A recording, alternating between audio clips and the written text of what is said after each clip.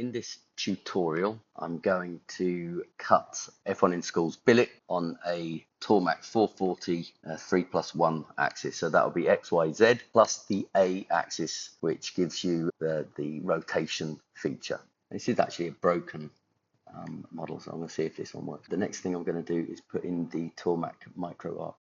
So I'm going to push that into place. Now with lining up this part, I don't think you need to be that accurate because we know our center of rotation, which is right there anyway. I'm going to actually hold a piece of dowel, let's say, and it's going to be held in a chuck and it's going to go into the CO2 canister cavity, and then that helps me with the fixture. And I've actually put in a small little hole there just to help me with WCS, which I'll explain later. I'm going to go here, go there, bring that back, bring this all the way out, and I'm going to do a new body. And so what that says is this is my model, that's the A-axis, and that's how I'm holding it, which is fairly accurate. The next thing is, because this is quite long and quite far away from the chuck, it vibrates a lot. So we need something to hold it. Now, I've actually taken the original Denford billet holder. And so what this does is, because the distance is quite far away, the foam starts to vibrate a lot. And what I've done is, center is exactly where the center is on the chuck and the billet. Now we're only using this for the fixtures, so I'm going to press OK on that. Okay, the next part is we need to we're going to make the stock. So I'm actually going to create a dummy stock first, and the billet therefore is 223/65 by 50. So that one is a 65, that is a 223. Finish that. I'm going to extrude that by 50. Okay, so that is the billet. This goes straight in there. And so this is the thing I want to protect. Okay, I am going to push that all the way down so it's like that. Okay, so that's the fixture point. I don't want it to touch that. And then extend it from there to there, but not join it. So just do a new body. Okay, and it seems a bit pointless at the moment. So what's going to happen is I'm going to tell the toolpath not to cut this, not to cut that, not to cut that, or that. Now I'm going to go to design, and I'm going to go to manufacture, setup, create a new NC program. I'm going to go here, I'm going to type in Tormach. It's the path pilot I want. I've already done it, and that's there. I'm going to go to configuration. It's a rotary table axis, and I'm using it in the X. That means rotating axis is on my left. Okay, so that's all done. Do not press post yet, you'll do that later. Now we're going to go here to setup. We're going to go new setup. We're going to do this. We're going to do the setup now. We don't need to do machine because it's already listed in there. We are going to go to the model orientation. It is a selected point for the WCS, and it is on that line there, which means the center of rotation is going to be the center of rotation on the A-axis.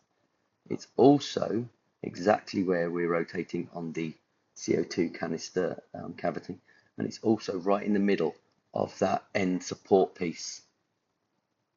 Okay, the model is that, it is nothing else. Okay, so don't press OK, go to stock.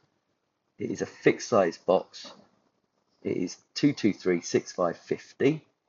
So 223/6550, and we are offset from the X at 0 millimeters.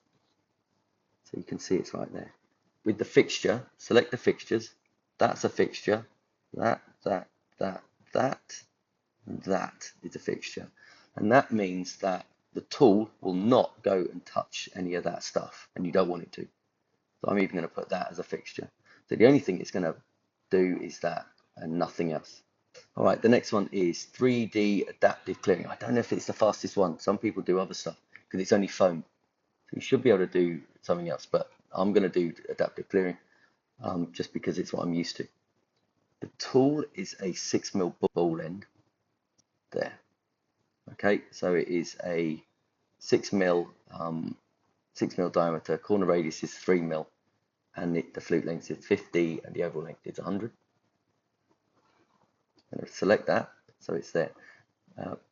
Disable the flood. The next one, tool orientation. So Z is up. That is correct. Okay, so I'm just going to go. You can check that. That is the WCS. All right, so I'm going to press OK, and that's going to move that one. Let's do another one. Adaptive clearing. Again, adaptive clearing. I think it's a bit slow. Tool orientation for this one. The Z axis is actually the Y axis on this one. Y. So you can see the tool has now moved, or Z has moved, and we are going to press OK. So there's the tool, and it's going to do that. The next part is we're going to go underneath. So one more. For this one, we are going to do the tool orientation. I'm going to flip the Z, so now it's underneath, and press OK. So it's going to do that. And then, of course, the last one was flip the Y. So go here, tool orientation, and select that Y again. That's Y, and just flip that. And so now that's our new Z, and there's the tool. So even though the tool is moving, obviously A axis is moving 90 degrees each time it does it. Okay, so